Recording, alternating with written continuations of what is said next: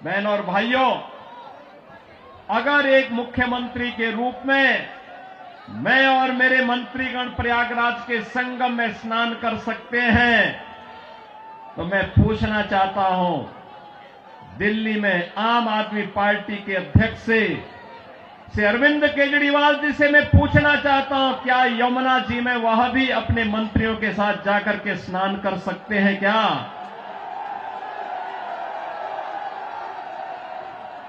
अगर उनमें नैतिक साहस है तो उनको इसका जवाब देना चाहिए। यमुना मैया को एक गंदे नाले के रूप में बदलने का अपराध क्या उन्होंने किया है कि नहीं किया है? और अगर वह व्यक्ति इस बात का अपराधी है तो फिर मुझे नहीं लगता है कि जनता जनार्दन की इस अदालत में उन्हें कोई माफी दी जानी चाहिए। वो माफी के हकदार नहीं हो सकते। बहनों और भाइयों, आज जब हम लोग दिल्ली की स्थिति को देख रहे हैं, ये राष्ट्रीय राजधानी है और राष्ट्रीय राजधानी में एनडीएमसी के क्षेत्र को छोड़ दें, शेष दिल्ली में क्या स्थिति है सड़कों की, शेष दिल्ली में क्या स्थिति है सीवर की, शेष दिल्ली में क्या स्थिति है स्वच्छता की और क्या स्थिति है पेयजल की। ये बुनियादी सुविधाएं होती हैं, ये बुनियादी सुविधाएं होती, हर नागरिक का अधिकार होता है इन सभी सुविधाओं पर। याद करिए, आज से एक दशक पहले तक लोग याद करते थे, सुविधा प्राप्त करने के लिए दिल्ली आने की बात करते थे, सुविधाओं के लिए दिल्ली आते थे।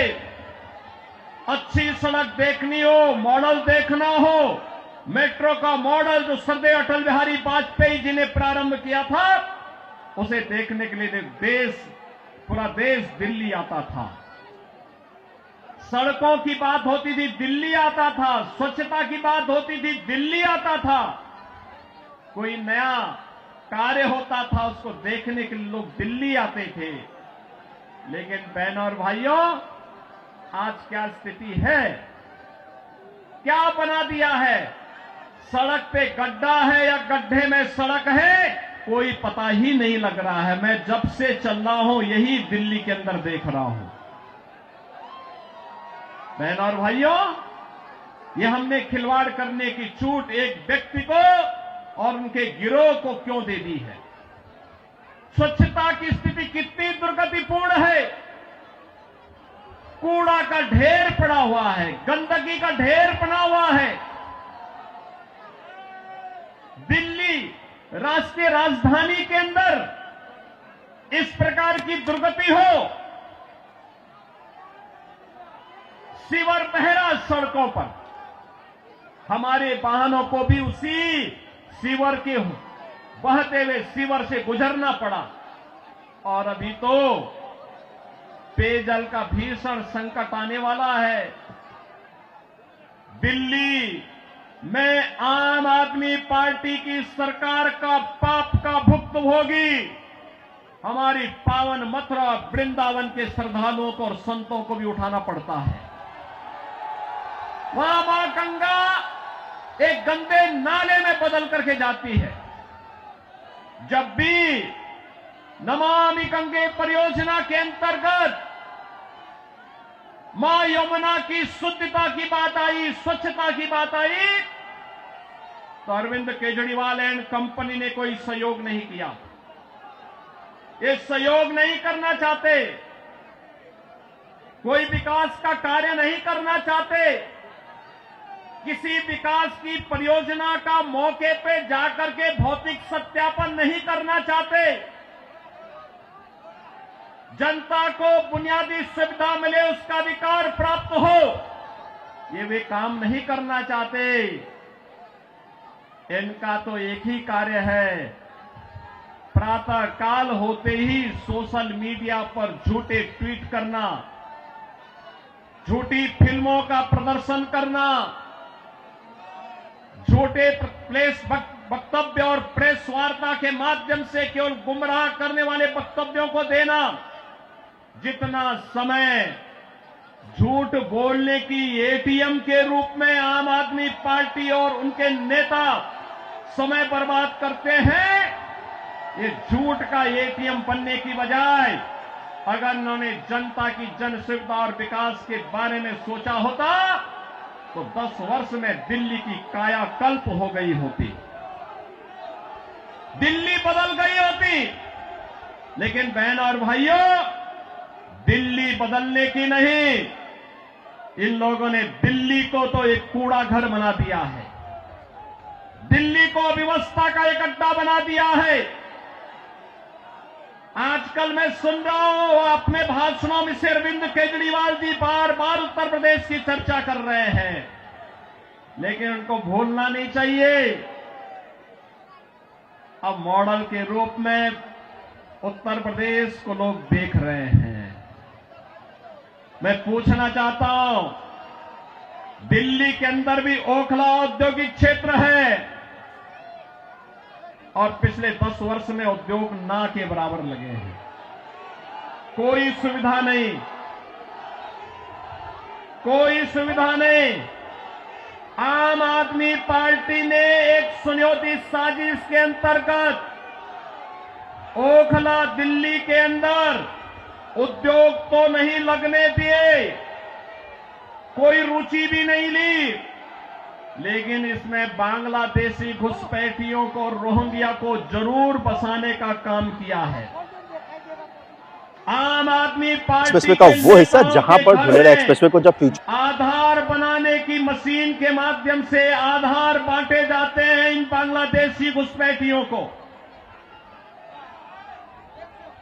और दूसरी तरफ उत्तर प्रदेश में न्यू ओखला के रूप में नोएडा की तस्वीर भी आप सबके सामने है।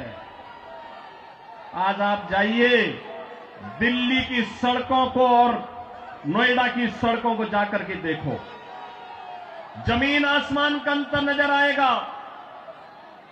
दिल्ली की सड़कों को और गाजियाबाद की सड़कों को जाकर के देखो, जमीन आसमान का अंतर नजर आएगा। उत्तर प्रदेश के शिक्षण संस्थानों को, उत्तर प्रदेश के मेडिकल कॉलेजेस को और दिल्ली के अंदर यहां की राज्य सरकार के द्वारा चलाए जाने वाले वे जर्जर विद्यालय के भवनों को देख करके आप अंदाजा लगा सकते हैं कि बच्चों के भविष्य के साथ इनका व्यवहार क्या है। बहनों और भाइयों, एक सुनियोजित साजिश के तहत दिल्ली की जनता को तो इन्होंने जन सुविधाओं से वंचित रखा ही,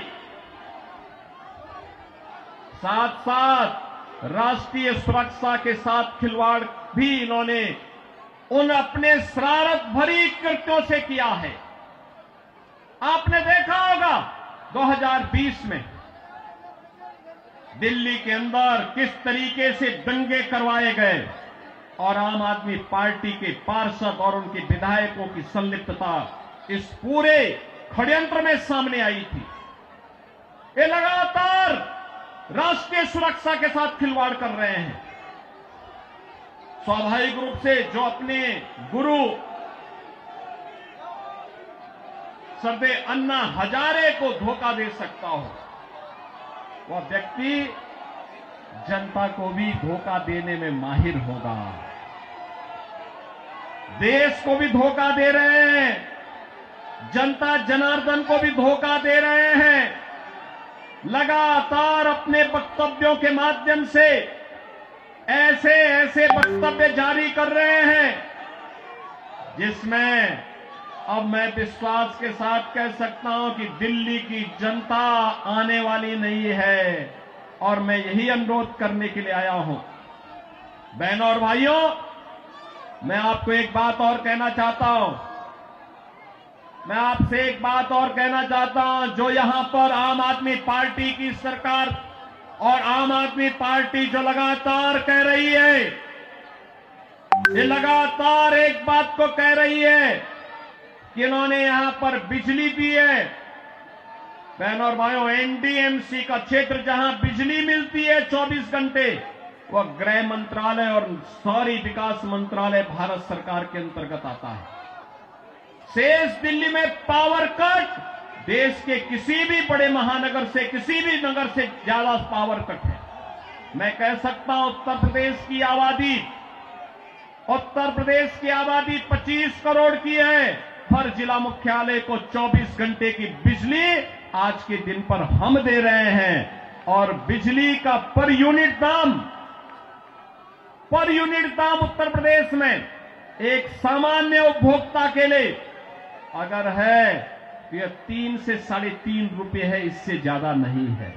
दिल्ली में यही 9 से लेके 10 रुपया है, यानी उत्तर प्रदेश से 3 गुना पैसा लेते हैं, लेकिन 24 घंटे बिजली यहां पर नहीं दे पा रहे हैं। बहनों और भाइयों, मैं केवल आपसे एक बात कहना चाहता हूं, जो लोग आपके साथ खिलवाड़ कर रहे हो, आपको जन सुविधाओं से वंचित कर रहे हो, दिल्ली की पूरी तस्वीर को बदसूरत कर रहे हो, राष्ट्रीय सुरक्षा के साथ खिलवाड़ कर रहे हो, ऐसे लोगों को सत्ता में दोबारा आने का कोई अधिकार नहीं होना चाहिए, कोई अधिकार नहीं होना चाहिए। आज आपके सामने भारतीय जनता पार्टी की डबल इंजन की सरकारें आपके पास काम करती हुई अगल बगल के राज्यों में नजर आ रही है। उत्तर प्रदेश है, हरियाणा है, राजस्थान है, मध्य प्रदेश है, छत्तीसगढ़ है। इन सभी राज्यों में जाकर के देखो। मैं कल एक न्यूज पढ़ रहा था कि पंजाब की कुछ बहनें आम आदमी पार्टी के कार्यालय का घेराव की है, श्री अरविंद केजरीवाल के घर का घेराव की हैं और ये इस बात को लेके कही हैं कि जो वायदा किया था इन्होंने पंजाब में सरकार बनाने के पहले कि 1000 रुपया हर महिला को देंगे, ये दिया ही नहीं और वे महिलाएं इसलिए घेराव करने के लिए आई थी। इन्होंने यहां पे दिल्ली में भी घोषणा की कि मुल्ला और मौलवी को यहां पर पहले से ही ये लोग वेतन देते थे। आज दिल्ली की आर्थिक स्थिति इतनी बदहाल कर चुके हैं कि उनको भी कई महीनों का नहीं मिला और जब वहां से हो हल्ला शुरू हुआ तो इन्होंने उसको डाइल्यूट करने के लिए कहा कि हम पुजारियों को भी देंगे। बहनों और भाइयों, मैं पूछना चाहता हूं अरविंद केजरीवाल जी से और उनकी पूरी टीम से, क्या किसी मंदिर के सुंदरीकरण की कार्य योजना को उन्होंने कभी आगे बढ़ाया? कभी बढ़ाया? मॉडल देखना हो तो आइए काशी में काशी विश्वनाथ धाम को देखिए। मॉडल देखना हो अयोध्या में श्री राम जन्मभूमि पर भगवान राम के भव्य मंदिर के मॉडल को देखो। मॉडल देखना हो तो प्रयागराज में आइए। प्रयागराज में महाकुंभ के आयोजन स्थल को देखो। आस्था का सम्मान ऐसे होता है। 1000 से अधिक ऐसे विरासत से जुड़े हुए धार्मिक और आध्यात्मिक स्थलों के पुनरुद्धार और सुंदरीकरण का कार्य के लिए उत्तर प्रदेश के अंदर चल रहा है या पूरा हो चुका है। बहनों और भाइयों, यहां पर आम आदमी पार्टी आपकी भावनाओं के साथ खिलवाड़ कर रही है, लेकिन वे भत्ता देने की बात और मानदेय देने की बात करते समय भूल गए कि उन्होंने बौद्ध मठों से जुड़े हुए भंतों को छोड़ दिया है। बनते भी पाए इसकी उनको चिंता नहीं। भगवान वाल्मीकि के समय से वाल्मीकि समुदाय से जुड़े हुए तमाम हमारे संत वाल्मीकि मंदिरों में पूजा अर्चना करते हैं, उनको उन्होंने भुला दिया, उनके एजेंडे में कहीं नहीं। आम आदमी पार्टी के एजेंडे में रविदासी मंदिरों के पुजारी नहीं है। यानी आज भी इनकी तुष्टीकरण की जो पॉलिसी चली आ रही है, बांटो और राज करो की पॉलिसी चली आ रही है, वह अभी भी मानदेय और सरकारी पैसे से उस मानदेय या भत्ता देने में भी उसमें ये लोग परहेज नहीं कर पा रहे हैं।